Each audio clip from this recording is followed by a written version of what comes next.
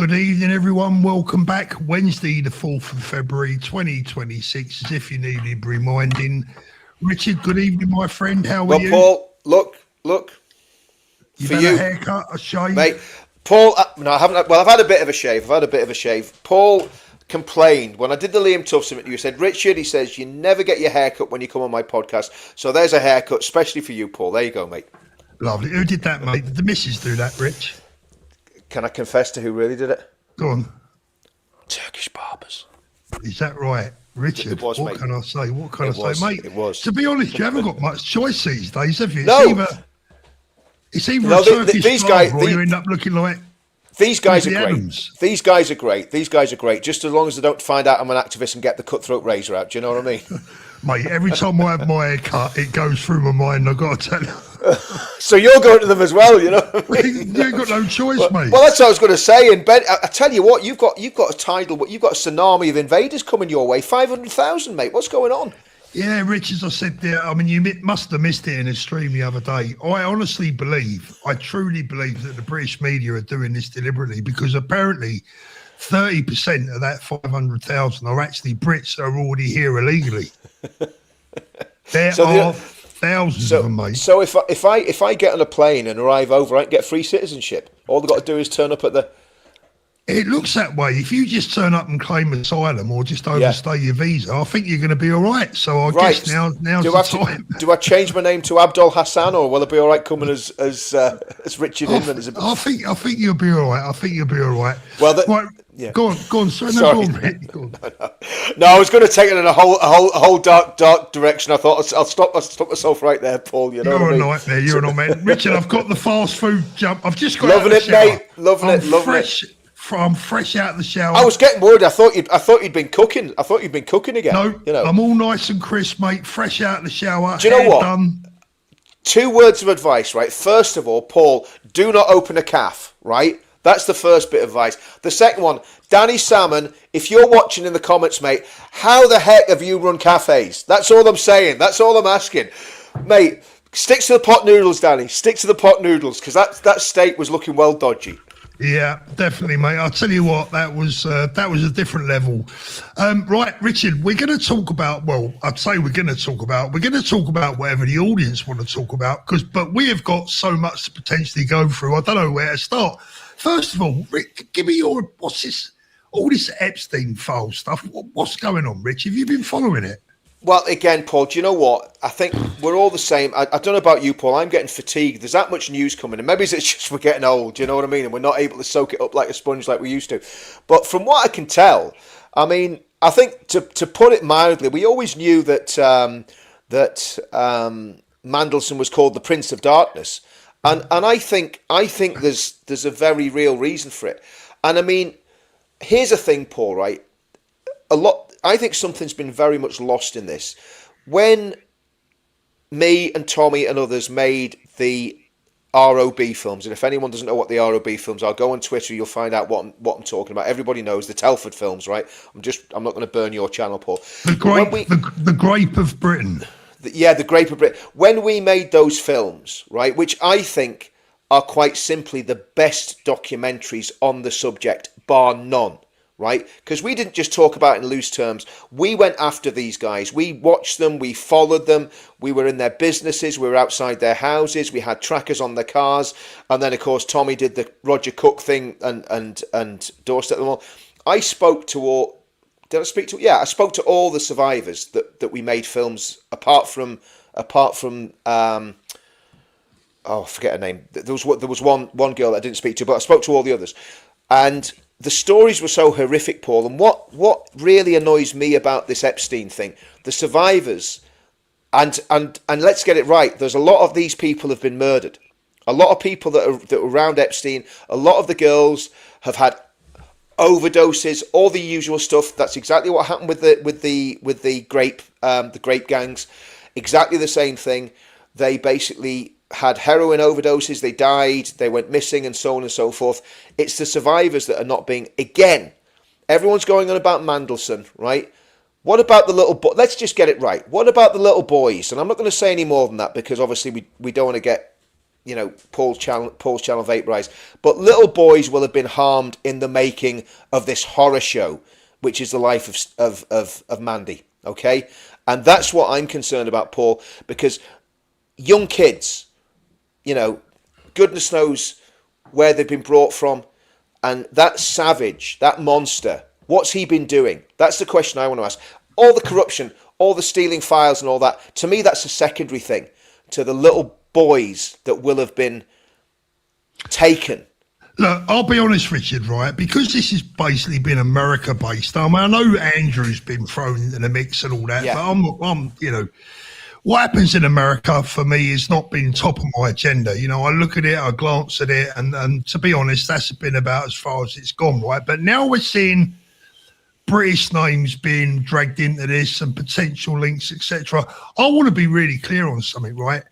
Certainly on this channel, I can't speak for anyone else, but certainly on this channel, if we see this sort of shit going on, we're going to call it out. We're going to speak about it, because I don't give a shit what colour they are, what religion they are. For me, a nonce is a nonce, right? Paul, and I don't care where they come from either. Now, you and I know there's been rumours for years about a PDF ring, right? Again, I'm just using these code words because we've got to use them because of the channel, right?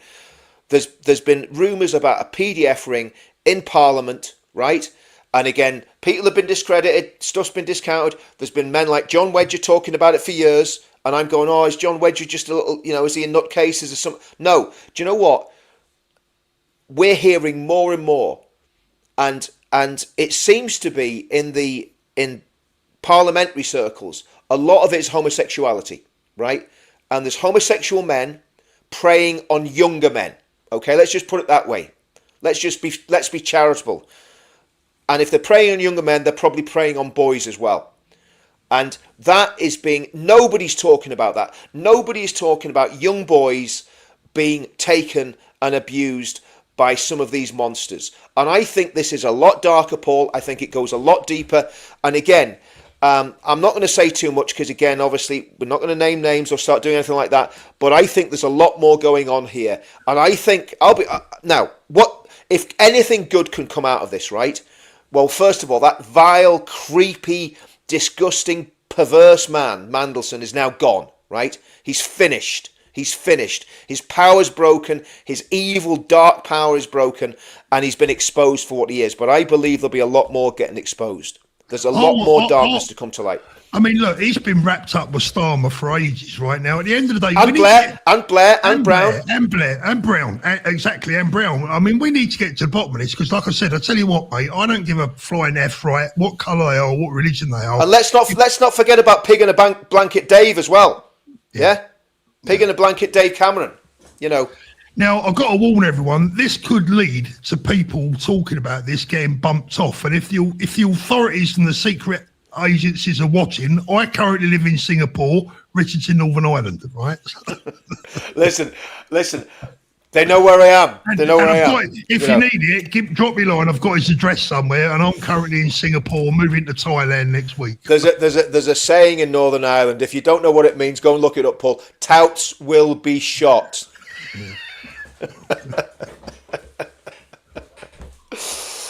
Anyone in Northern Ireland knows what that means, But look at this, Johnny Retro giving secrets to Epstein got to be put in jail, right? And Starmer's in the background somewhere. And while we're talking about Starmer, what's this yesterday and the day before breaking about him being involved in a potential prosecution of our soldiers, right? I mean, mate, this last couple of days, and I want to apologise to my viewers for my foul-mouthed rant yesterday. I was embarrassed when I watched it back. I was actually, honestly, I was embarrassed. And a lot of people said, oh, no need to be embarrassed, but I was. Because I don't think bad language particularly makes someone reflect well. It makes you look ill-educated, which I am, in all honesty, but it lowers your tone. So I'm sorry for that yesterday, but I'll tell you what, this last 2 or 3 days, mate, I'm on boiling point. Everything's gone to shit. The whole lot's gone to shit. We're being run by absolute loons. I mean, absolute loons. Did you see that Matt Allwright yesterday with that young girl? Well, I saw that video you did, Paul, and I the sneering, it wasn't even that he was sneering at her. It was worse than smirking. It was the only thing he got wrong in that rant was he wasn't smirking, he was sneering, which is worse. It was like, who do you think you are? I don't know if you saw the other one, Paul, that came out today on GB News, where Dawn Neeson was speaking to some absolute low-life scumbag of a woman from the Labour Party, and she said to her, she mentioned Rhiannon White to this woman, and she claimed she didn't know who she was or anything about the case. Absolutely unbelievable. I mean, but do you know what, Paul? As much as there's a lot of darkness going to come out here, but do you know something? Light is the greatest disinfectant. People have got to really shine the light on this, and we've got to find out exactly what these reprobates have been up to. And Mandy may well have finished off the Labour Party, which is ironic because he was the architect of Cool Britannia and New Labour and all the rest of it. He was the brains behind it, right? Blair wasn't the brains. Blair was just the showman. But Mandy was the Machiavellian Prince of Darkness that was pulling all the strings. And the irony of it is, he's going to be the man or the devil that brings it all down. And I think there's, this is the Labour Party finish, Paul. Believe you me, because we're not going to let up on this. We're going to keep going after Labour Party, and I think the Conservative Party will get dragged into this as well. The Cameronian Conservative Party, including Boris and all the rest of them. My appeal tonight to every single person watching this, right, whether you agree with what Richard and I say, whether you agree with our politics, if you don't, that's fine, I respect that. But come on, boys and girls, let's get together and go for their throats now, because they're on the brink, right? This lot need bringing down. We need a general election. There needs to be thorough investigations and inquiries. And I'll tell you what, there needs to be a lot of jail time served as far as I'm concerned. What these people have done to our nation over the last 20, 25 years, ever since Tony Blair. 97. Really, 97. Well, actually, do you know what? Actually, the truth of the matter is, Paul, it's since John Major. John Major was the first globalist prime minister. Yeah, but I'm going to go a little bit later than that for me, Blair is when I started to see the big changes, right? Blair onwards, investigations, inquiries, trials, down the road, as far as I'm concerned, a lot of them. I agree. Jamie says, who gives a feck? You've got a terrorist running for mayor in Birmingham. Yeah, Mr. Butt. What an apt name. Yeah. Making videos about smashing white people up. Talking about it, I was going to mention that later on. And what I want from you tonight, guys, I want you to tell us in the chat why Keir Starmer hates us. I've got a load of reasons written down. I'm sure Richard's got a load of reasons. Let's hear why you think that what has Keir Starmer and this Labour government done to prove that he hates us and the entire Labour Party hate Britain and hate the British people and hate the way of life of British people, and they want to change it forever. Let's talk about this Mr. Butt. I can't think of his first name, but Mr. Butt, we're calling him, right? A convicted terrorist sentenced to 5 years in jail for plotting to blow up the British embassy in Yemen or wherever it was, right? Running for, I don't think he's running for mayor, he's running for a council seat, isn't he, up there in Birmingham somewhere. I mean, it's pissed off Sharon Osbourne that much that she's threatening to run as well. Now, I don't know what Sharon Osbourne's politics are. It's pan in the butt. Pan in the butt. Pan in the butt. He's a pain in the butt. He's a pain in the butt, Paul. He's a pain in the butt. Come on, pan in the butt. Come on, let's have a scrap. I reckon pan in the butt's about the same age as me. I go toe to toe with him. I reckon, well, let's call it on between me and pan in the butt. Pan in the butt. Are you calling him out, Richard? Yeah, let's do it. Let's get it on. Oh dear! I see you've got an exclusive here tonight. I mean, it's not quite, Danny and Paul. It's not the Danny and Paul. Well, I was going to say it's not really Tyson Fury. No, it's not. It's not Nigel Benn and Chris Eubank, is it? It's not maybe quite. It's maybe Jake Paul and Mike Tyson. You know what I mean? Yeah, not quite. Yeah. Yeah. I mean, what do you make of Sharon Osbourne? Do you know anything about her politics? No, but listen, I mean, just don't put her too near to an electric heater. She'll melt, mate. I mean, I like Sharon Osbourne. I like Sharon too, but I'd have preferred Ozzy to have been doing that, standing up. You know what I mean? I'll tell you what a place Parliament would have been. Can you imagine? 20 or 30 Ozzy Osbournes in Parliament? What It's a place that I'd would have I'd been. love to say, obviously Ozzy isn't with us anymore. The boy Lemmy out of Motorhead's not with us anymore. But do you know who I'd like to see in Parliament? I think Advance UK should recruit John Lydon. We should get John Yes, Lydon, mate. yeah, John yeah. Lydon, what a legend! And his Big up one-liners. I John mean, Lydon, yeah. he was the Tommy Robinson of the 1970s. Do you know what I mean? I've Hated got by the establishment, run rings round him. I've got a really sickly story to tell you about John Lydon and punk rockers, right? Let me tell you this, right? When I was about 16, right? 16, I was under the legal age for buying alcohol, right? And we went to a fancy dress party one night, all dressed as punks. And we Mate, got Paul, hold Yeah. on a minute. Go Punk on. rock wasn't about. You were 16. Punk rock wasn't about in 1966, Paul. Just get it right. Shut up. So we're all dressed up as punks. We got bloody, what do they call them? What are them pins they used to use? What are they called? Safety pins, Paul. Safety pins all up our nose and all this, right? And we got in the off license and we picked up remember the old Party Sevens, the Watley's Party Sevens? Do you remember them? No, I actually don't, but go on. And I plonked it on the desk in the off license, and he looked at me and he went, "Are you old enough to buy that?" And the first thing that came into my head was, I said, "Do you think my mum would let me out of like looking like this if I wasn't?" And he went, "Fair enough. That'd be whatever it was, 75p or something." Well, it used to be barley wine and Carlsberg Special Brew and cider. Old English cider, barley wine and Carlsberg Special Brew. That was what we used to. That was the nearest thing we got to sex, drugs, and rock and roll in Middlesbrough in the 1980s. You know. Oh dear. I've actually had a sad week this week. On a serious note, I've lost. You know what, Rich? I tell you, talk about being reminded of your mortality. Yeah. I've lost two mates this week in the last 7 days. Oh, One mate who I haven't seen him for like 30 years, but we were really close when we were younger. I mean, really close. We used to go everywhere together, you know. I found out that he died earlier on in the week, and another friend today, you know, just I suppose, you know, you get to that age now where you do more funerals and weddings, right? That's it. When you're in your 70s and 80s, it just happens, Paul. It's just the way it is, mate. You're pissing me off tonight. I know, mate. I know. I'm on a mission. But look, no, I mean, yeah, it is. It's just part of life, isn't it, mate? But yeah, I mean, I think getting back to the subject in hand. Maybe that's not the right turn of phrase for Mandy, considering what he was up to.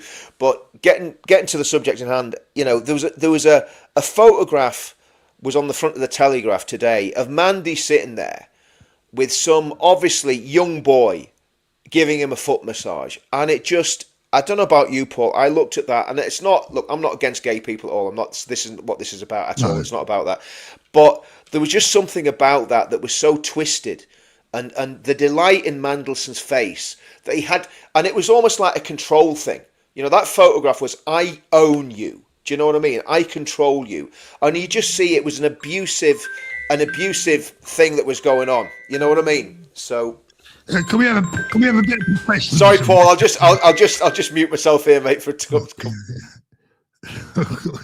I mean, look, yeah, I agree. I mean, who would be comfortable with a young boy massaging your feet? I mean, honestly, unbelievable. Well, this is a distraction from the Newcastle game. Thanks, Andrew. Are you watching yet? Right, let's get through a couple of supers while Richard is on the phone there. Raven said, "Why is Richie's YouTube partner Rogue attacking Ben? His policies Advance UK and Nick Buckley on WhatsApp. It's creating havoc." I can't comment on that, Raven, because I don't know anything about it. I haven't seen it, so I couldn't possibly comment on something that I don't know about. But thank you for the WhatsApp, for the super chat. Free falling. Keir Starmer hates us because we're not Ukrainian rent boys. Keith Griffiths, love and prayers for Danny. Thank you so much. The big man's back. Thank you for the supers there. Let's have a little look. Paul. Sorry, but I had to take that one, Paul. That was Tommy's Anderson. It was Tommy. Yeah, it was Keir Starmer. He's saying, "Stop, mate! Stop this live stream straight away." No, it was more important than that. It was Tommy's team about the planning of the event for the 16th of May. if you haven't got it booked in your diaries, guys, 16th of May, make sure you get yourselves booked to go to London on the 16th of May. It's going to be the biggest one we've ever done. It's going to be a spectacular. It's going to be amazing, and we all need to be there. Anyway, that's the plug for it. But that he didn't phone me up to say plug it on the channel. It was something to do with that, so I had to take that call. So apologies. I was talking to Wendell earlier. We had a laugh. Right, Wendell rang me up. He said, "Where are you?" Big up. Yeah, he did that. He did that for me on the phone. I love Wendell. Wendell is one of the nicest people in our movement, Paul, and he's so funny as well. He's got such a dry sense of humour as well. Do you know what I mean? You know. Well, you know what I was going to say? They talk about people living together and unity, etc. So Wendell's rung me up earlier on, right? And we're having a chat, and he's doing all that and all that lot, right? Having a laugh. He said to me, "Are you still in Spain?" I said, "You know, I'm bloody still in Spain." I said, "I've been here nearly a year now." I said, "Give it another couple of months." I said, "I'll be nearly the same colour as you." Right? And we were laughing and having a joke about it, and that's what it's all about, right? Mate, absolutely, you know Paul. I mean? Listen, I mean, this is the whole thing. People have lost their sense of humour. They've lost their ability to laugh about, you know, stuff like that. And you know, when I was growing up, when I was a kid, and when I was in the military, there was loads of banter about whatever it was that people could pick on. If there was anything you knew that people could take the mick out, whether it was your accent, if it was a skin colour, if it was your haircut, it didn't matter. But there was no vindictiveness in it, Paul. Do you know what I mean? It was just the way it was, and it's a shame that we're in a situation now, and that's why when I come on, I take the mick out of you so much because you're an easy target. Yeah, I'm a victim, aren't I, mate? Totally, mate. You know, if there was an equalities commission for this, you'd have me in court. You know what I mean? But anyway, I am allowed to pick on the elderly because I'm becoming elderly myself, as you can tell from the white beard. Robert Smith, are you going to discuss Tommy and the Epstein files? I don't know what's. Tommy and Epstein files. Oh, come on, just get out of here. I'm not even going to respond to that one. You know, I hope that was a super chat. I hope he paid to get that on the screen, Paul. You know what I mean? Don't see if anyone puts anything like that free in the chat. They've got to pay you 20 quid to get that on the screen. Rich, I am waiting for the first one to come up. Have you seen that Thorpe is in the Epstein file? Mate, the cameraman's never in it. The cameraman's never in it, yeah, Paul. That's it, yeah. I should never have. I made sure I was always. That's not even funny, is it? No, it's not. It's not. I was going to say I made sure I was always. Paul, having said that, mate, do you remember a few years ago when it came out about flipping Stephen Hawkins been on Epstein Island and Dapper Labs did the video of Stephen Hawkins on Epstein? Oh, mate, it was vicious. It was absolutely vicious, but it was so funny. If anyone can find that. I think it was a little cartoon video that Dapper Laughs did about Stephen Hawkins being on Epstein Island. It was absolutely superb. But anyway, I know it's not funny, but it's like, you know, everyone's got a bit of a dark sense of humour. But, you know, I mean, I think this will be the finish of them, Paul. I think this will finish the Labour government. I think it's absolutely... Let's hope so, Richard. You know what? Yeah. Because I tell you, honestly, though, you know what? Honestly, being finished for me is not enough for them, Richard. It's not enough. I'm sorry. I agree. I want to see. I want to see them all in prison. I want to see Blair, Brown, Mandelson, Starmer. You know, the whole stinking lot of them. That everybody that has supervised the destruction of Britain. I want to see these judges. I want to see Harmer. The whole lot of them. To me, Paul, they're all traitors. Right? Yeah. They're all traitors, and they're going to push back as much as they can. There is a joke in that somewhere. They're going to keep doing this as much as they can, and we can't let them away with it, Paul. We've got to hold their feet to the fire continually. Look, just my cup of Katie says we don't need a general election. We need a bloody exorcism, and I think she's right. We do need an exorcism, and that exorcism for me should involve Nuremberg-style trials. Well, I mean, look, Iraq. How many people died in Iraq? 500,000. You know, and listen, I mean, this is all these people that, you know, that accuse us of being Islamophobes and all the rest of it. When the 9/11 first happened, I 100% supported the invasion of Afghanistan because it was the right thing to do to deal with Al Qaeda. It was the only way that could happen. They had to deal with the Taliban and Al Qaeda, and they actually did it in a very clever way. The CIA, American Special Forces, and the Northern Alliance basically took Afghanistan in weeks. And, you know, the Taliban were out of power and Al-Qaeda were legging it across the border to Pakistan. The problem came when they invaded Iraq. And I said at the time, Paul, this was way back in 2003 when it was, just because of what had happened in Northern Ireland, if you needed 20,000 soldiers and troops to contain a very small insurgency in a population of 1 million people, how the hell were you going to do that in Iraq without something like 2 million boots on the ground and the intelligence to match? And in fact, what the Americans and the Brits did in actually fighting that insurgency was pretty impressive. But they were totally didn't have enough manpower, and the casualty rates among civilians from the conflict on all sides was absolutely horrific. And it happened because of a lie. You know, it happened because, and if they had focused the efforts of the global war on terror on Afghanistan, we probably wouldn't have had all the blowback that we've had and the problems that we're going to have now because they've lost Afghanistan. You know, Afghanistan is gone. You know, it's controlled by a mafia of thugs, misogynists, paedophiles and rapists. That's who's in control of Afghanistan now. So if there wasn't a fatwa on your head now, Paul, there is. You know, there is, so you're going to have to move out of Singapore. Yeah. No, look, Richard, do you know one thing that really pisses me off as well? I mean, when you look back at that phony war, as they call it, right? You had, not only did you have, you know, so many of our troops being killed, but look, when you sign up to join the forces, you know what you're signing up for and you know what you're potentially getting into. That's one thing, right? But to send our boys into battle to the front line with the wrong bloody equipment and insufficient equipment, it's just unforgivable. That is unforgivable. Unforgivable. And this is the problem of running down the military. And it's been, I mean, and that was what, 20, that's over 20 years ago, Paul. That's 23 years since 23 years since the invasion of Iraq, right? 25 years since 9/11, isn't it? This year, 25 years since 9/11. Yeah. So, you know, it's unbelievable how badly they've handled this war against terror, which is, if we're honest, it's a war against jihadism. It's a war against global jihadism. That's what it is. And it's still there. In fact, in many ways, it's worse, you know, and it's down to what happened when they invaded Iraq. You know, if they'd stayed in Afghanistan, sorted Afghanistan out, you know, you're never going to build Afghanistan to be a liberal democracy because 99% of the people. Richard, we should never have been there in the goddamn first place. So I'm not about Iraq, Afghanistan. Sorry, I'm on about Afghanistan. Yeah. Afghanistan. They had to go into Afghanistan to get rid of Al Qaeda. They had to do that. But what they should have done is put friendly Muslims in power instead of trying to turn it into some sort of secular democracy. With, you know, it's never going to happen in Afghanistan. No.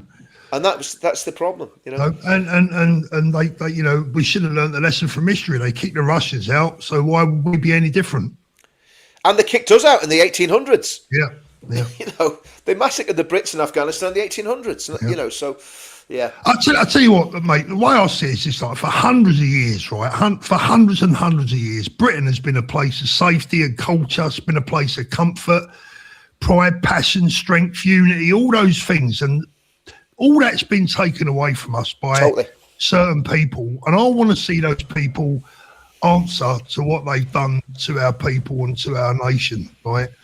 I want to see those, and just getting rid of Labour for me is not enough. I'm sorry, it is not enough. No, I agree. They've got to be called to account. And look, the other thing is, Paul, the invasion of our country by migrants, a lot of it has been sparked by these forever wars as well. Because people have come to this country. Of course, absolutely. Because their countries have been destroyed because of the conflicts that we've been involved in. And let's get it right. We didn't just destroy Iraq. We destroyed Syria. We destroyed Libya. And the domino effect right the way around the Middle East. Egypt had massive problems. All those North African states had massive problems. Somalia, Nigeria now. It's a domino effect because, to a great extent, especially Barack Hussein Obama, they created ISIS. They created ISIS and allowed ISIS to fester and grow in the Badlands between Iraq and Syria, and to try and get rid of Assad, you know. And this playing games with countries and with people's lives and backing the wrong horse. And I fear that we're still doing it now with backing this guy in Syria and backing Erdogan in Turkey. I think Trump's got it wrong on that. I think, and I'm a great fan of Trump when he does things right, but I think the way he's cozying up to the Qataris, this guy in Syria and Erdogan is very, very dangerous in the long term, and I think that there'll be blowback from that as well.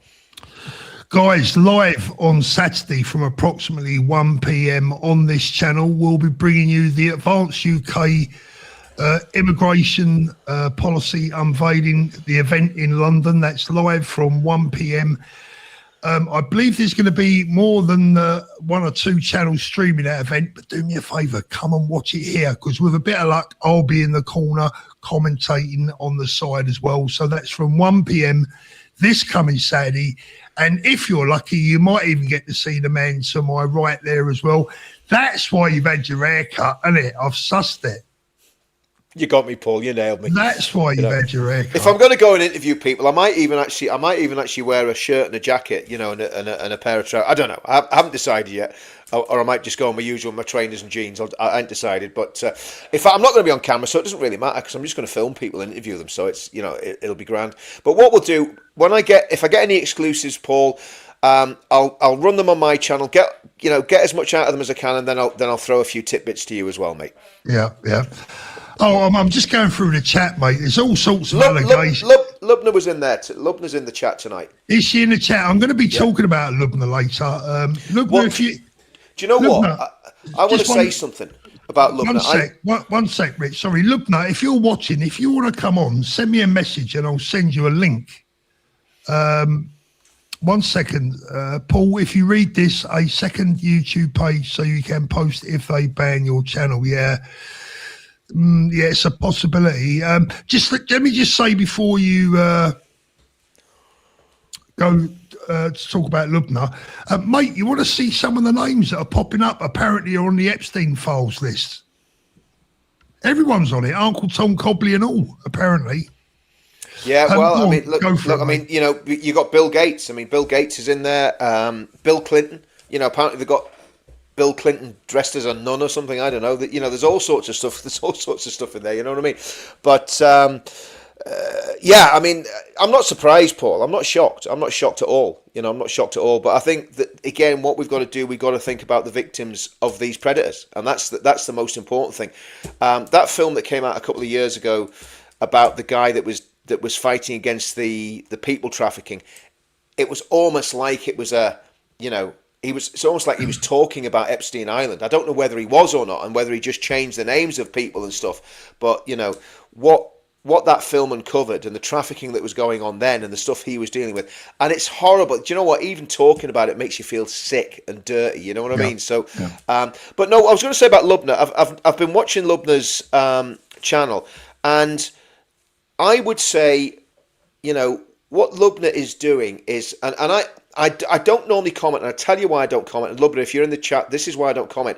I don't want me commenting, because obviously I'm close to Tommy and people know my views on radical Islam and so on and so forth. So what I don't want to do is big you up and make you an even bigger target than you are. But I'm going to have to do that tonight, because you're in the chat anyway. But I just think what she's been doing is amazing. She said she's reading the Bible. She's, she's exploring, belief systems. Basically, when we talk about people coming into the company and assimilating, we're talking Shohab, we're talking Lubna. Now, and I don't mean this in a patronising way, this is exactly, I mean, obviously Lubna's born here, born and bred, but this is exactly what needs to happen for our country to work. We need millions and millions of Lubnas standing up and down this country. And I think particularly Muslim women have a huge amount of power. Because everybody knows this, Paul, and you know it as well as I do. Happy wife, happy life, yeah? If your woman's happy, then you're going to be happy. If your woman ain't happy, your life is going to be a living hell. And I don't believe a lot of these Muslim women that are in these marriages where it's abusive, they've been treated as second-class citizens. Some of these men are polygamists. Some of them are violently abusive, and there's all sorts of stuff going on where Muslim women are really being oppressed in this country, in the UK. And there's very few people speaking up for them. There was an MP did a piece I had on my channel the other day who was speaking up for Muslim women, and I think if you manage to let Muslim women realise that they have the same rights in this country as every other woman, that could go a massive long way to helping in the de-radicalisation of that community, because I believe it's driven primarily by radicalised men and by men who use their religion as a weapon against the women and girls in their community. Because, like, Paul, don't think for a minute that, you know, because there's grooming happening on our community by them, they're not doing it to their own.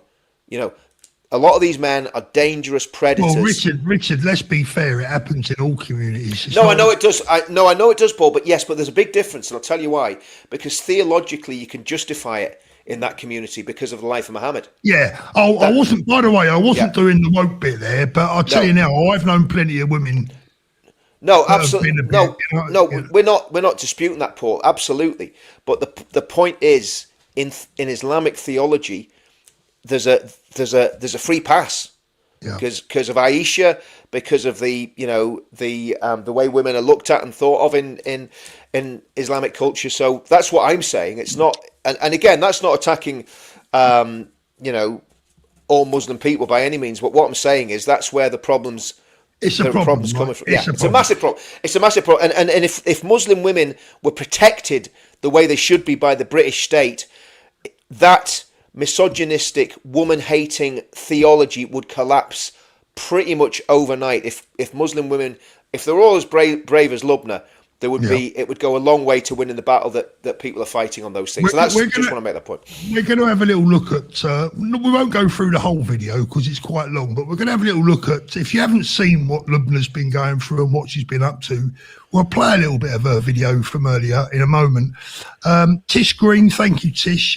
Richard and Paul, did you see Rupert Lowe on Peter McCormack's show talking about starting the new party right towards the end of the show? I did see it. Yeah, go on, I've seen Richard. it.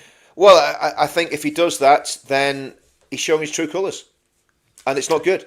I think it's as simple as that. I mean, there is no need to start a new party. Now, anybody, if I want to go and start a new party tomorrow, I can do that. And I've got a right to do it. He has a right to go and start a new party if he wants to. But I think strategically, it's going to be absolutely. Paul's just fallen off his chair laughing. Strategically, it's going to be a massively. Do you know what, Paul? See, when I'm trying to make a serious point, see if you could actually just not laugh until I finish making the serious point, mate. Do you know what I mean? You're muted. He's muted himself. When you've got mates and moderators like my mate Ian, you got to. I knew it'd be Ian. It had to be Ian. It's always Ian, isn't it? You know. Ian Nicholson, is it too soon to say that PT touched me?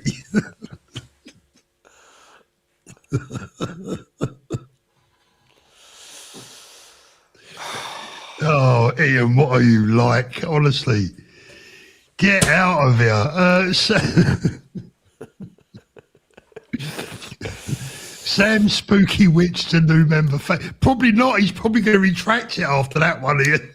Anyway, getting back to the serious point, getting back to the very, very serious point, Rupert Lowe should not start a new party if he cares about the United Kingdom. If he cares about his ego, and well, I'm not going to say any more, Paul, because at the end of the day, I don't want to make things worse and get people moaning. But look, the bottom line is, Advance UK, to me, is totally in the sweet spot. The ideology, the people, look, we've got Tommy back in the party. We've got David Rhodes doing the policy, who is an absolute genius. He's got him and Ben between them have got a brain the size of the universe. Those guys are Rolls-Royce characters. No disrespect to Rupert, and Rupert's done some great work. Absolutely great work. The grooming gang inquiry, well done, Rupert. I've seen him in committees, the way he gets stuck in. He's doing a fantastic job. Rupert's 67 years old. Now, Donald Trump is an outlier. Not most people at 80 can do what Donald Trump's doing. Rupert's going to be 70 when the next election happens, right? And as Paul knows, as you get older, you slow down a little bit, right? So Rupert's not going to be the same in 3 years' time as he is now, right? So to me, Rupert, just let let Ben welt away and do what he's doing, and stop listening to the ethno-nats that are getting in your ear. That's all I'm going to say. Look, Rupert Lowe does some brilliant work, as He we've does. seen this week. I've said that. I said that. Yeah, I said with that. the Grooming Gang inquiry. I mean, fair play. Hats off to him. Big, massive round of applause. My honest question to Rupert will be, if he'd ever bloody answering messages, is why? What do you think that you would bring to the table in addition to what we've already got with Advance? What I don't see the benefit. I'm a bit confused. I mean, there may be an answer, Richard, that I haven't got, but for the life of me, I can't find one. I think it's going to be a further atomization of the vote. But here's the thing: if it does happen, look, here's the thing, Paul. If Rupert starts a new party, okay, fine. If it does happen, we just keep calm and carry on. We've got our policies. Yeah. We've got an ideology. We have a political philosophy and ideology. And if people want to know what that is, go onto the Pledge website and you'll find out what that political ideology is. Go onto the Advance UK website and you'll find out what that political ideology is. And that's there's no point in even getting our knickers in a twist about it, Paul. If Rupert does it, he does it. Good boy. Hi, Paul. That Matt Twerk was Baldrick in Blackadder. I reckon that's a good analogy, that, mate. No Pierre's numbers, please. 50K, not a million Iraqis. No Pierre's numbers. Rich, can you read that for me? Yeah, he's saying 50,000 people died in I see. In Iraq. Yeah. I mean, look, 50,000, half a million. I mean, once you get over 10,000, it's still a colossal number of people dying. Yeah. But I think there was more people that died. I think there was about 250,000 to 500,000 or something. But who knows? I was going to come to this later, but the only CalMac has brought it up now in a super, so we might as well discuss it. Richard, opinion on Nick and UKIP endorsing reform? I've no words for it. I'm going to be straight with this one. I'm going to tell it as it is, how I feel. Do you want to comment on it, Richard, or shall I go? Well, I mean, I don't know. I don't know what to make of it at all, to be honest with you. So I'm disappointed. I think there's if I'm honest, and I've got to be straight, and I've said it before. I like Nick. I've got nothing against him as a person. I would challenge the authenticity, or not the authenticity. I would challenge the sincerity. Is a better word. Sorry, the sincerity, not authenticity. I would challenge the sincerity of the "we're standing down" statement. If I'm honest, because UKIP, love them or hate them, have probably got to come to terms with the fact that if they did stand a candidate in Gorton and Denton, they'd probably lose their deposit. So I question the authenticity of that message. And I also wonder why Nick would potentially back reform over Advance. I'm very confused as to that one, because I would have thought that Advance's stance is closer to Nixon, Matt Goodwin's, but there you go. But Nick, his opinion, right? You certainly would think so, Paul. I mean, if you look at Nick Buckley, when he goes on his channel, he has a crucifix on the wall, so he's obviously I'm guessing a Roman Catholic. Nick's a Roman Catholic. Nick's very strong in his faith. Advance is very strong on Christian culture and its Christian heritage. So exactly, I mean, whereas supporting the Uni Party, I mean, that's why I have no words for it. I just can't. I can't even begin to speak about the contempt I've got for people that play silly games with our country. That's all I'm going to say. Yeah, I was a bit confused by the whole thing. Let's have a little look at Lubna and what she had to say earlier on. Many of you won't have seen this, some of you will, but bear with me if you have. Let me just press play. Right, guys, I should be live right now. I've literally scheduled this live in 5 minutes ago on Candid with Lubna. I haven't been live on Candid with Lubna for a long time. I am feeling very unwell. My voice may break because I can't speak properly, and I'm not feeling well. I've got a blocked nose, and although I scheduled this live 5 minutes ago to start at 5 p.m. today, I'm just starting it early because I'm not feeling well. So excuse me, but I thought of coming online. Okay, so as you guys may be aware, because I've tried publishing it and speaking about it so many times in terms of the marketing is that a couple of weeks ago, I published my own book. It's a fiction book inspired by true events, essentially a semi-autobiography. By the way, anyone watching this now, there is quite a bit of bad language in this video, just in case you got any little ears hanging around that you don't want to hear it. And it's called 2035 Britain, A Candid Story. It's on Amazon, okay? Here it is. Now, this book, okay, it's self-published. I have spent zero money on marketing, okay? I don't have money. I don't have a job. And I've spent zero money on marketing. I don't have money to spend on marketing, guys, okay? So, of course, when you see posts of mine talking about my book, and I'm doing shorts and stuff, and if you have seen these shorts of mine and posts of mine and you're fed up, I'm sorry, but there's nothing else I could do apart from, you know, publish on a zero marketing budget. This is the only thing I could do, is use my channel to make people aware that I have written a book. Now, this book has even surpassed my expectations in terms of how well it's doing. Okay, this book, I knew it's going to go down well with people, but it's doing absolutely amazing. It's doing 3 times better than I imagined. 3 times in terms of the sales and all that kind of stuff. Every single review this book has received is a 5-star review. And every single day across all my social media, even though I'm really unwell right now, I let people know that my book has received all 5-star reviews. Like, everyone is loving this book. Now, if you are one of the people who have purchased my book, you will know that I'm not lying. If I'm lying, you can say it in the comment section. Well, this is open to members only today in terms of the comments, because I don't want vile, stupid, ugly, disgusting bastards. I don't want these ugly motherfucking fucking bastards to comment and troll me. Now, what's come to my attention, even the first day that I had launched and published my book, Muslims were putting fake reviews underneath this book, even on the first day. Okay, and those fake reviews were reported and they were taken down. Now, what these bastards are doing, I'm talking about the bad apples only, obviously. What these bastards are doing now, okay, they are continuing to put fake reviews underneath my book.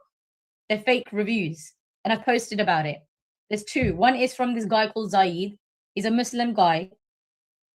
Every single interview that I do, any video that I do, any interview anyone calls me to, this bastard will go to that channel and put shitty comments underneath about me. I mean, this guy is, I'm assuming it's a guy. This bastard is completely obsessed with me. Fucking sick psycho, okay? And then and of course, my followers were mass reporting these stupid comments. So hopefully these fake reviews will be taken down. And now again, there's another one that's popped up like a fake review. So these disgusting, vile, fucking sick, jealous Muslim bastards, the bad apples within the Muslim community, these bastards are harassing me, trolling me. I had to leave my hometown of...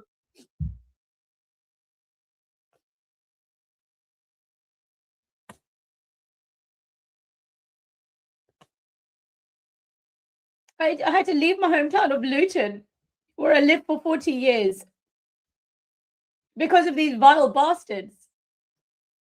They're making it difficult for me to find a job. And I don't want to beg and do GoFundMe's again and again. Like, I've done one GoFundMe in my life. And I have all intent of paying that money back. And not only paying the GoFundMe money back, I intend to double the money. So if someone gave me £50, I pray that the day comes where I can return you double the amount that you guys gave me in the GoFundMe.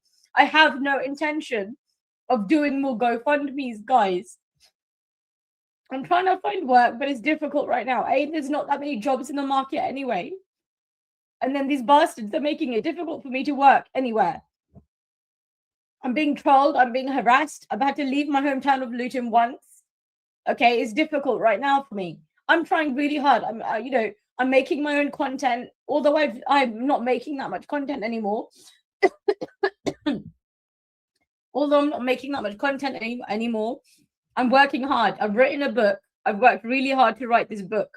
I woke up early hours in the morning with 2 small kids to write this book. And what I don't appreciate is people putting fake fucking reviews.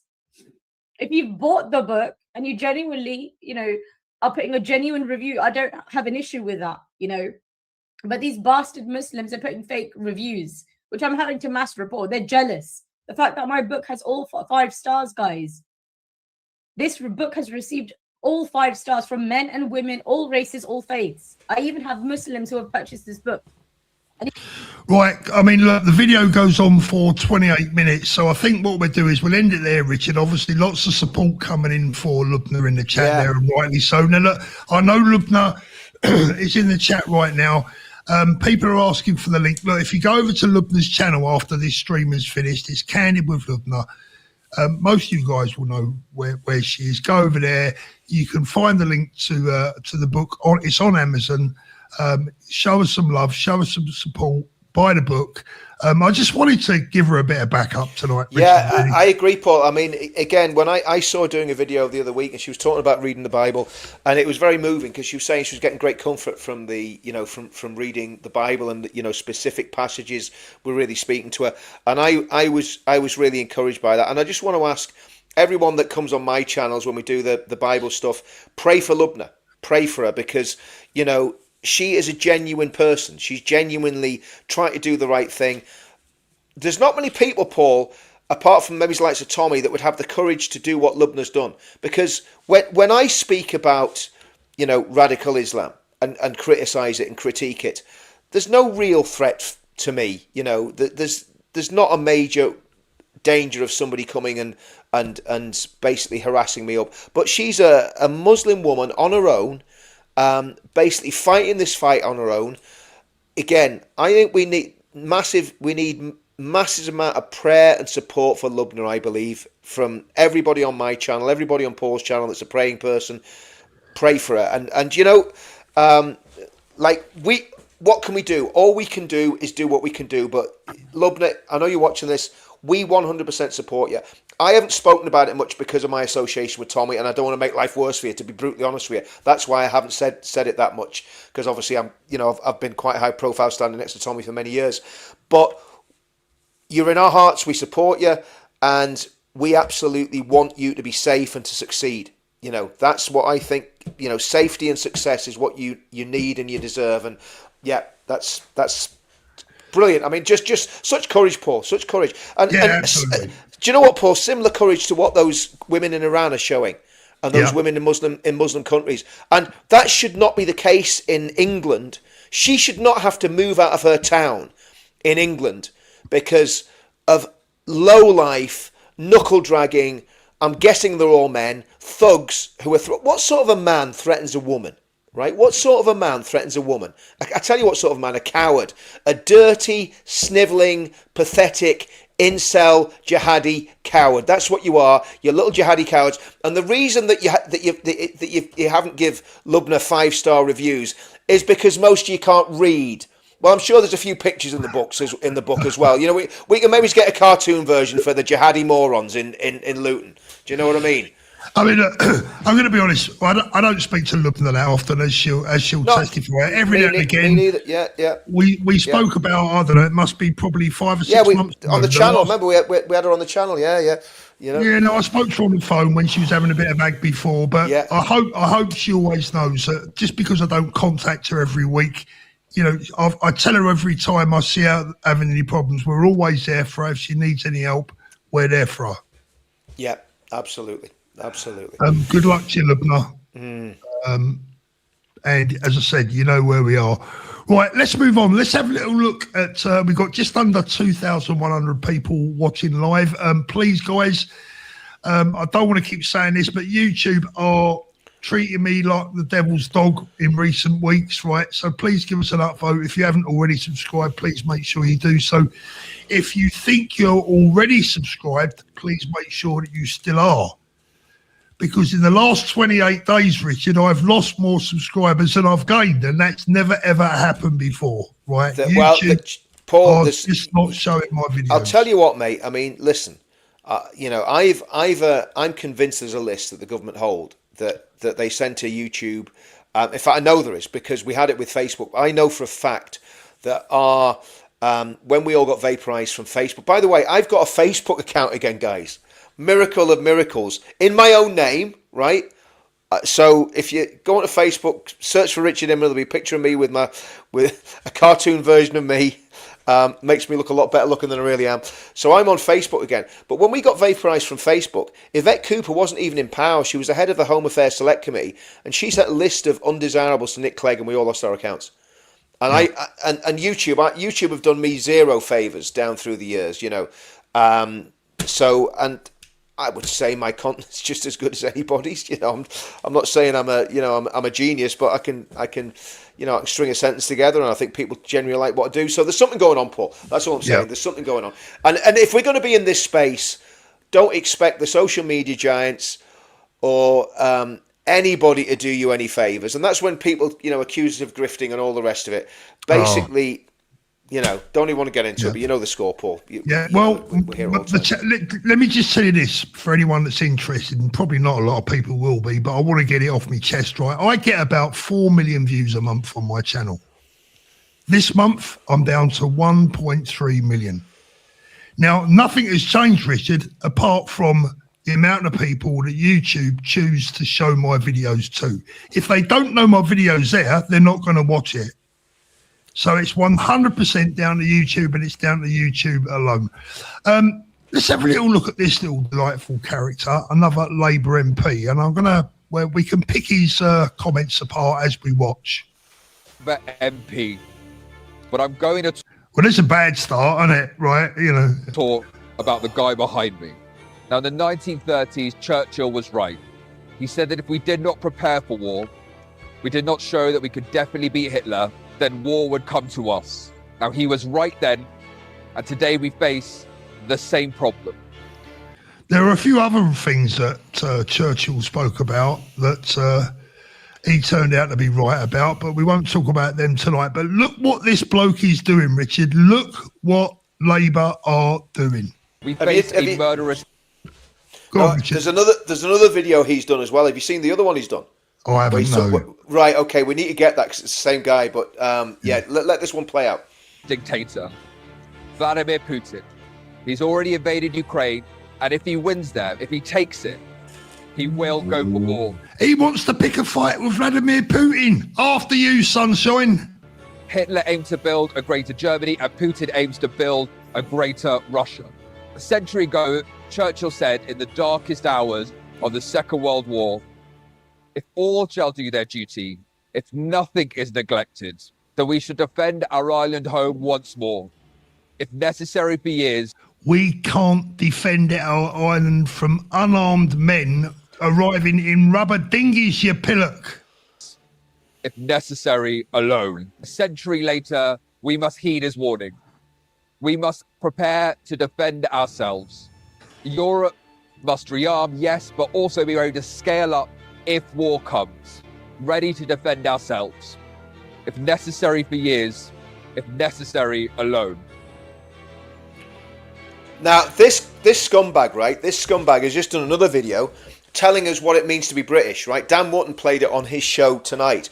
I wish I'd known you were going to play that, Paul, because I would have found it for you and we could have played it. But he's also the guy that when the Raise the Colours lads were putting flags up all over the place, he was running around saying, I don't want to see this flag anywhere near me. How dare he try and warmonger and try and even step into the boots of Winston Churchill? Yeah. That guy's not even worthy to polish Winston Churchill's shoes. Keep Winston Churchill's name out of your mouth. Absolutely. And, the war in Ukraine is not comparable with the Second World War. It's comparable with the First World War. It's a meat grinder. And hundreds of thousands of Russians and Ukrainian young men, and it is Putin's fault, absolutely. I mean, I've got a mate that lives out there. He used to do the surveillance on the ROB films. He moved out to Ukraine to use some of his special his special talents in Ukraine. And Pete's been out there. He's bought a house out there. He's living in Ukraine, and he is fully on board with fighting the fight for Ukraine. But I tell you what, Paul, it's not my fight. I would stand on the beaches and repel the rubber dinghies, but I'm not going to go and stand. I'm not going to go and stand and freeze my nuts off in Ukraine and get shot by a Russian drone or a Russian sniper. No. And it's not because I'm a coward. It's not our fight, Paul. It's not our fight. Richard, I got no skin in the game. we've got no skin in the game of Russian got people. no skin in the game whatsoever. I think what Putin did was wrong in invading Ukraine, no doubt about it. But I think he's paid a heavy price for it. But what these lunatics are doing, and also, Paul, there's a big difference between the First World War, the Second World War, and what we've got now. Russia has 6,000 nuclear weapons pointed at the West, right? And all it takes is a few too many lines of coke from Putin and a bit too much vodka, and he's playing with that big red button. Now, I don't think that's a good gamble for our leaders to take, because there's no strategic benefit in us getting involved in Ukraine. The best thing that can happen is that Trump is able to make a peace deal. But do you know why Trump hasn't been able to make a peace deal? Because the Europeans, Macron and slippery STARMER, have been peacocking round the place, pretending that they can save Ukraine on their own. They can't. Nobody can save Ukraine. Nobody's coming. The only people that can actually save Ukraine are the United States of America, and they ain't going to do it.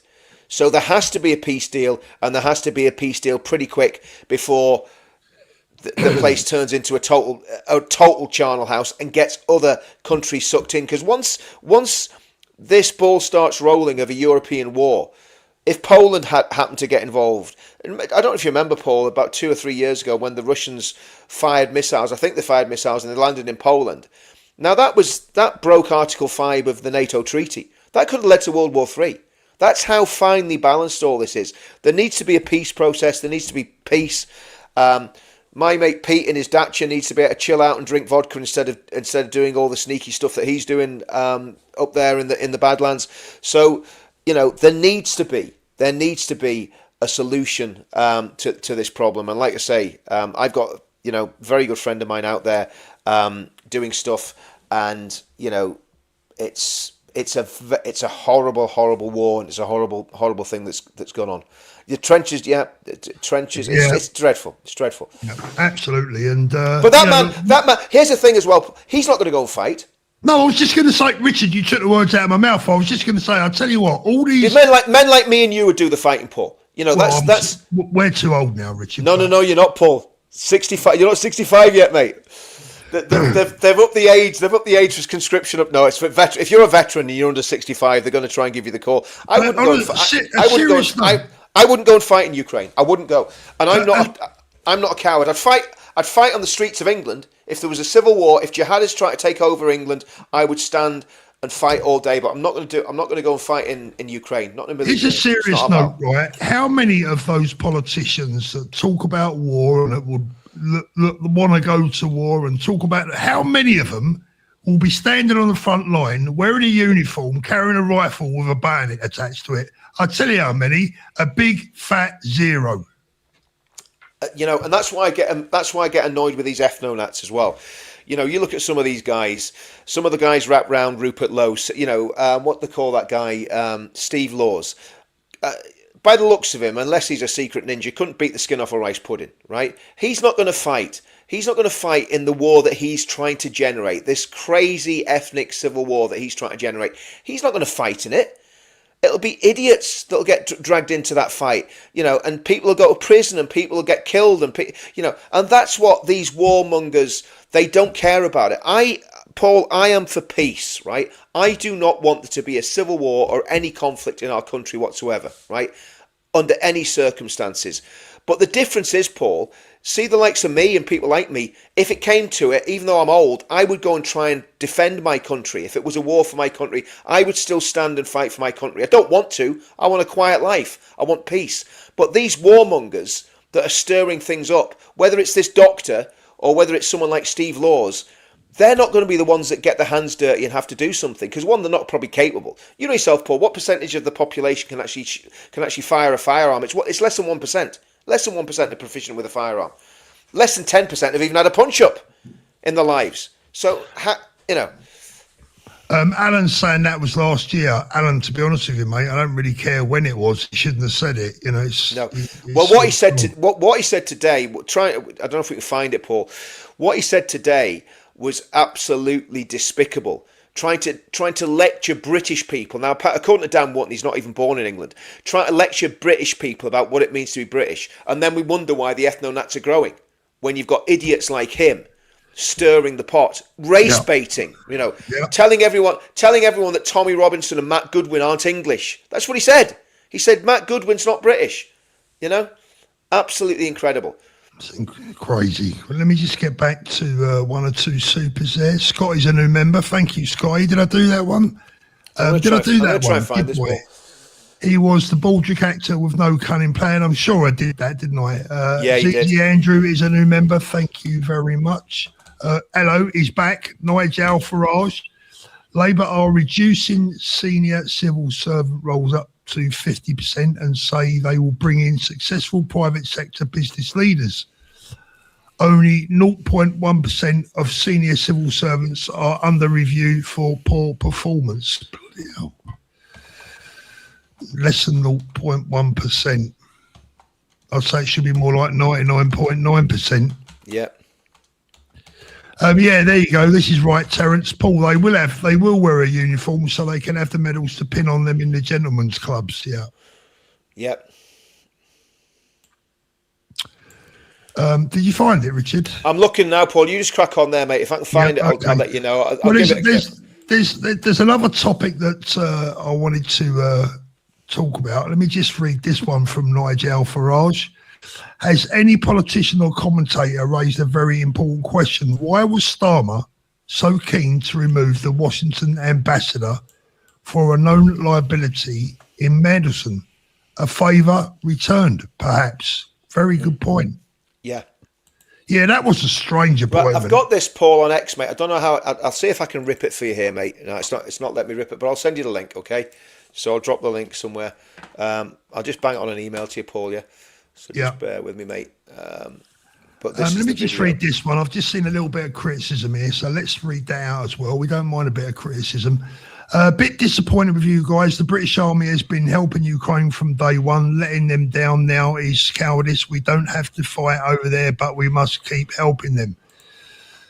Look, you're entitled to your opinion. I have never been involved enough to know the rights and wrongs. I don't want to see British blood spilt in other countries. Look, the reality is, as I said, Paul, I've got a mate that's out there doing some very specialist work, right? He's been gifted or bought a house and some land out there. He's fully engaged. He's one of my best mates, right? And you know, he back in the day did a lot of stuff for Tommy back in the day.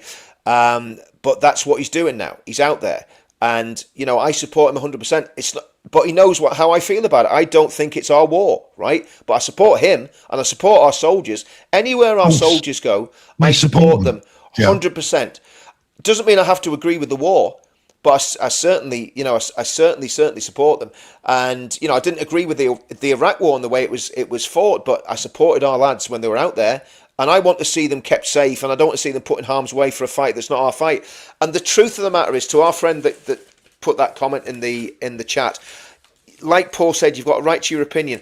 But is there a danger of Russian paratroopers or Russian tanks coming trundling up Whitehall? No, there's not. The biggest danger to the United Kingdom comes from the Chinese Communist Party and Islamists. They're the two biggest threats to the United Kingdom, Chinese Communist Party and Islamists, not the Russians. Now, we're making ourselves targets by poking the bear. And remember, Russia has nuclear weapons. And it only takes one crazy man to deploy a nuclear weapon, and the whole game changes for the world forever, you know? And I want to say this, Richard, look, and you just put it perfectly, better than I could, but what you said is right. Look, I support our boys and girls wherever they go. What I don't want to see is coffins coming home with Union Jacks on top of them. Right? Exactly.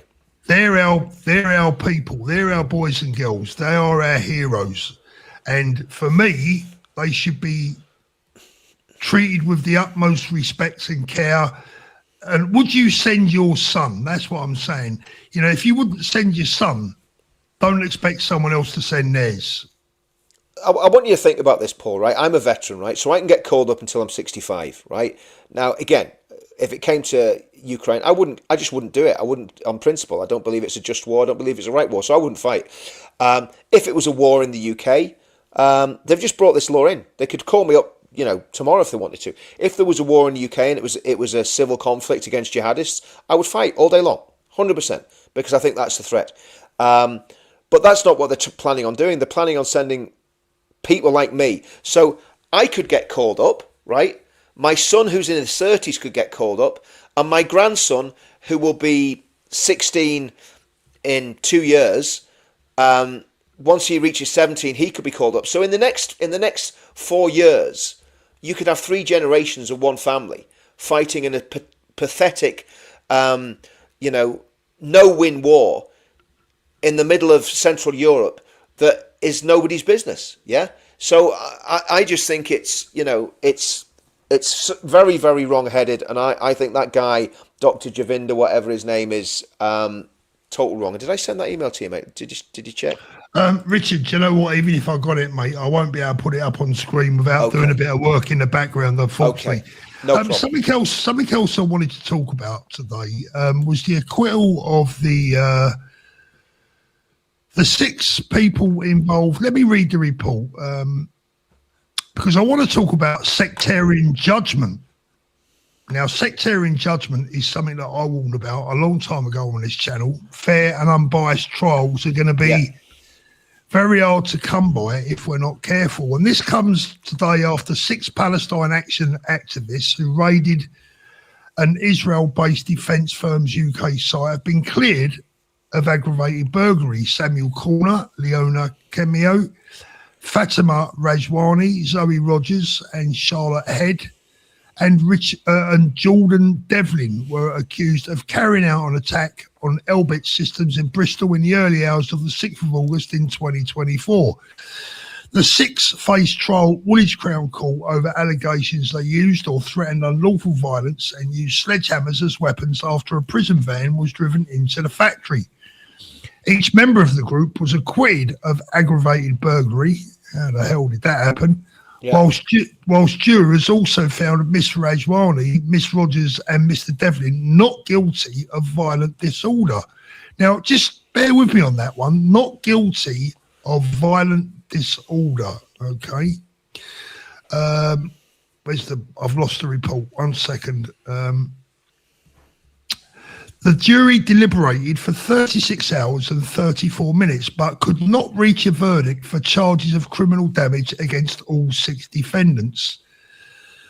Corner faced a further charge of causing grievous bodily harm to Police Sergeant Kate Evans, which he denied. However, no verdict was reached on the allegation. This is unbelievable. During the trial, the officer told the court she believed her spine had been shattered when she was struck on her lower back whilst arresting a female activist. The blow left the officer with a fracture to her lumbar spine, as well as a large bruise on her back, which left her unable to return to work for 3 months. So, not guilty, Richard. All that never happened. Let's have a quick look. Several different videos of the moment that Mr. Corner is alleged to have brought the sledgehammer down onto Police Sergeant Evans' back. It's a chaotic scene with red paint on the floor. This video showing one of the defendants being arrested in a struggle before capturing the moment Corner is alleged to have hit Evans as she knelt on the floor trying to arrest another member of the group before being tasered. Evans told the court that just before that moment she'd looked up at her colleague. Did you see that, Richard? Unbelievable. Let's just play that little bit again, right? Watch the woman in the red with the sledgehammer. Watch.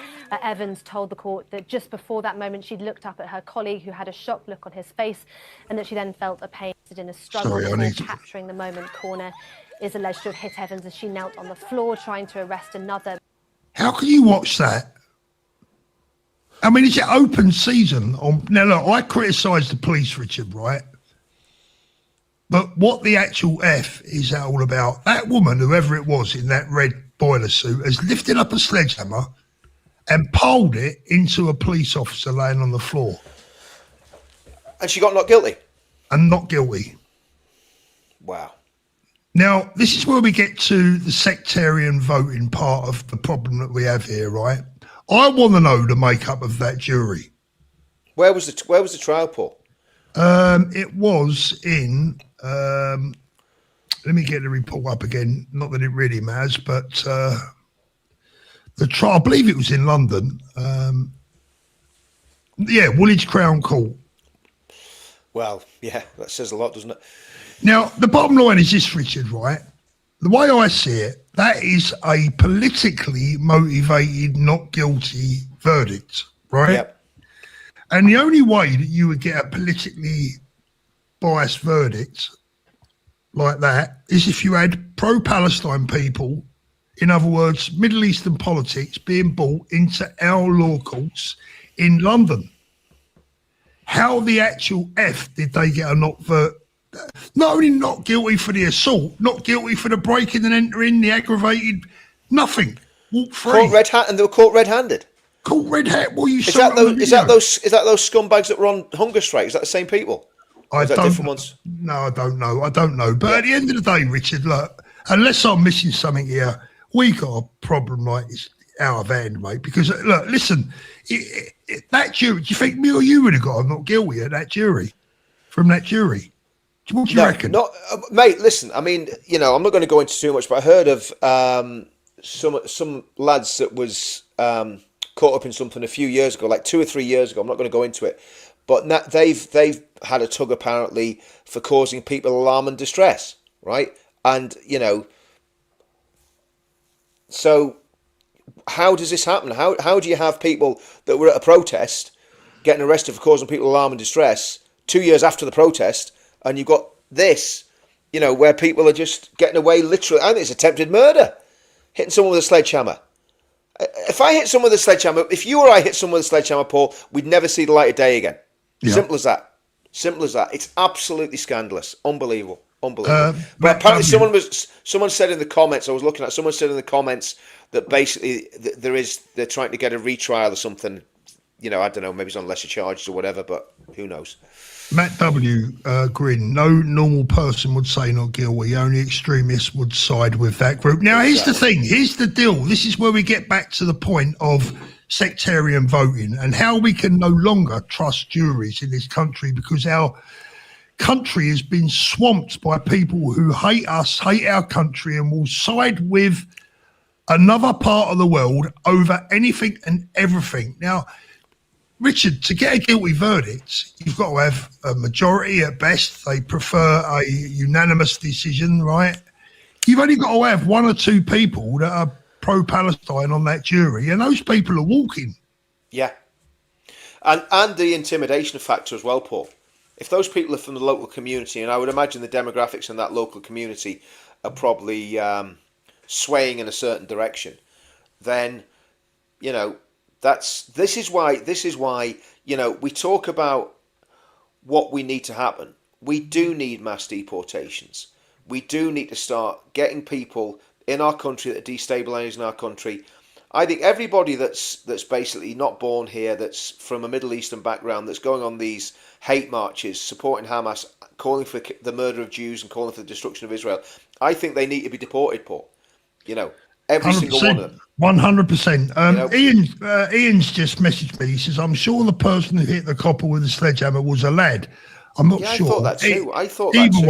Either way. I mean, having said that, to be fair, the way he swung that sledgehammer, he was swinging it like a woman anyway, wasn't he? Let's get it right. You know, he'd never worked on a building site.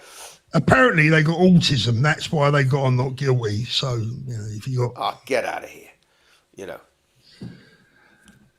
I mean, look, so our juries, what I'm saying is here, Richard, is our jury system is now corrupted as well. Yeah. Would you get a fair trial? Would I get a fair trial? You know, would any patriot get a fair trial with that lot on, you know, you just don't know. We've got enough of our own traitors. You just don't know, do you? The problem is, Paul, right? Yes, I agree with that 100%.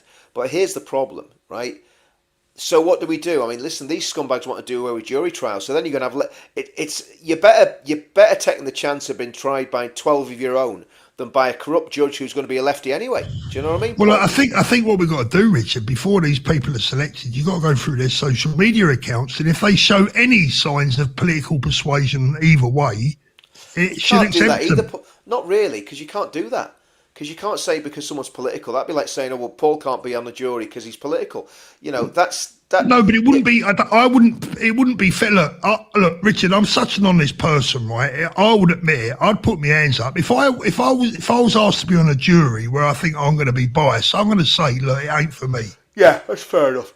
Yeah, because you ain't gonna get Yeah. a fair crack of the whip from me. Now, you know, if you was nicked for something and you had to go to court and you was in a jury, right, and they've got, you know, Bushra sheikhs on the bloody jury, would you think that's right? Do you know what the problem is, Paul? Right? I mean, see, if we get dragged into the legal system, right, from the moment that you get arrested and charged with whatever they're going to charge us with, whether it's, you know, something we've said online or whether something that's happened at a demo or whatever it is that they go for us on, we're not getting a fair crack of the whip right the way through. You know, if you or I went to prison, we'd be in exactly the same position as Tommy. We'd be having to go into isolation. We'd be spending however long we went into prison in isolation, you know, because the threat would be so great against us because of who's running the prisons. So none of us are like, it is a completely everything's two-tier. So it's not just the two-tier policing. You've then got the two-tier judiciary. So the policing's left-wing and woke. The judiciary's left-wing and woke. You get into prison, you've got Abdul Asif and flipping Mohammed who want to flipping take lumps out of you because you've said hurty words about their holy book and their holy prophet. You know what I mean? So people like me and you are in real jeopardy if we get into that system, Paul. And when people say, "Oh, Paul's run away to Spain," okay, well, do you know what? You don't know what potentially could have happened with some of our friends, right? That have been grabbed by these so-called anti-terrorist police at airports. You know, so don't point the finger at people that have put themselves literally out of the jurisdiction so they can't get their collar felt for something they've said or something they're alleged to have said. And, you know... Or they make it up as they go along. Or they make... Well, that's the other thing, Paul. Which, look, I mean, I don't know if you saw what they did with Lucy Connolly. She was on Dan Wootton's tonight. She's basically got evidence that Harmer, the Patriot Harmer, you know, Keir Starmer's mate... was involved in it. He signed off on it. He signed off on the prosecution, Paul, which has come directly... Keir Starmer's picked up the phone and says, "I want her in prison." You know, telling you, you know, and that's what we're up against. This is why, and I know we always go full circle, Paul, but I'm gonna have to shoot off here. I'm gonna finish what I'm going to say on this. The only way we're going to win this peacefully is by electing a government that will do the right thing, and the only option we have for that. And it's the best option, and it is completely in the sweet spot, is Advance UK. Forget about what Rupert Lowe's going to do if he starts a party. Forget about UKIP. Forget about reform. Everybody needs to join Advance UK, back Advance UK to the hilt, register to vote, sign the pledge, and get into that polling station in 2029, and let's turn this around. Advance UK's got a lot of work to do as well, right? Yes, 100%. There's a lot of work to be done in Advance UK, right? But if we all put our hand to the plough, we can do what needs to be done. We've got 3 years to do it. By the way, if anyone missed Dino Bain's latest video about Nigel Farage earlier on, wow, bloody hell. Wow. Dino Bain, do you not know Dino? No. Dino Bain. Okay, so if you look at... is that the Geordie? Is that lad from Middlesbrough? Geordie, yeah. Sorry, he's from Bury, same time. Yeah. Actually, I know who Dino is. Yeah. Dino Bain Daily. Have a look at his latest video on Nigel Farage. It will blow your mind because it blew mine. Right, let me just get through the last supers, Rich, and then we'll call it a day. Who's the new California governor? A Brit winning? Don't know. No, don't know. Nigel Farage. I have strongly supported civil servants, but there are way too many layers of management to get anything done promptly. Add special advisors into the mix, and you get delays in delivery. 100%. Gabbing tonight. Richard 97% versus 3%. Paul. Richard, you're the world's biggest gagger. Is it gag? Well, right. Let's have a look at the poll that I run earlier before we go. Don't talk to me about gagging. 1 second. Let's have a little look. I knew you were in those Epstein files, Paul. So the question was, I'm waiting for that one, Richard. I'm just waiting for that one. Nothing would surprise me. Is Keir Starmer the worst PM of all time? 97% of you say yes. 3% say no. Can I just remind you that Adolf Hitler was never Prime Minister in the UK? But there you go. No, he wasn't. 97% say yes, 3% said no. Going to end that poll right now. About 2,000 votes on that. Right, guys, before we go. Before you go, there's one comment there that's got me very worried. From Taxi Driver, it just says, "My cat likes Richard's beard." Well, Richard, we know. Don't even say it. Don't even say it, Paul. Just don't. We know that just don't. You have a natural attraction to the animal world. Yeah.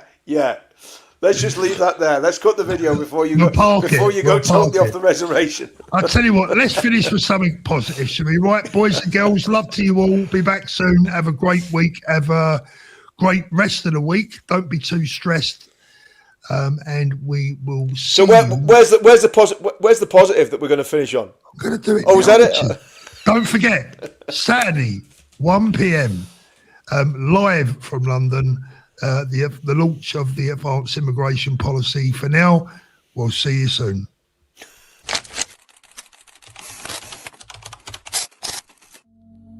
This is Britain, where freedom was written. Not a story you're taught, a story you're given. Built in defiance, paid for in blood, forged in alliance, founded in trust.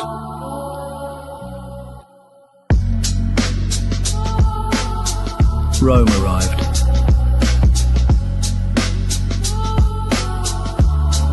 But we resisted.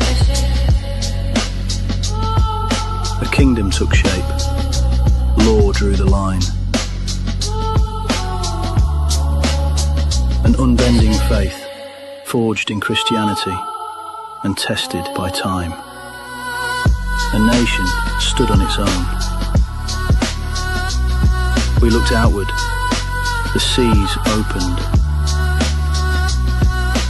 Iron, steam, the modern world was built. Everything was tested. We held.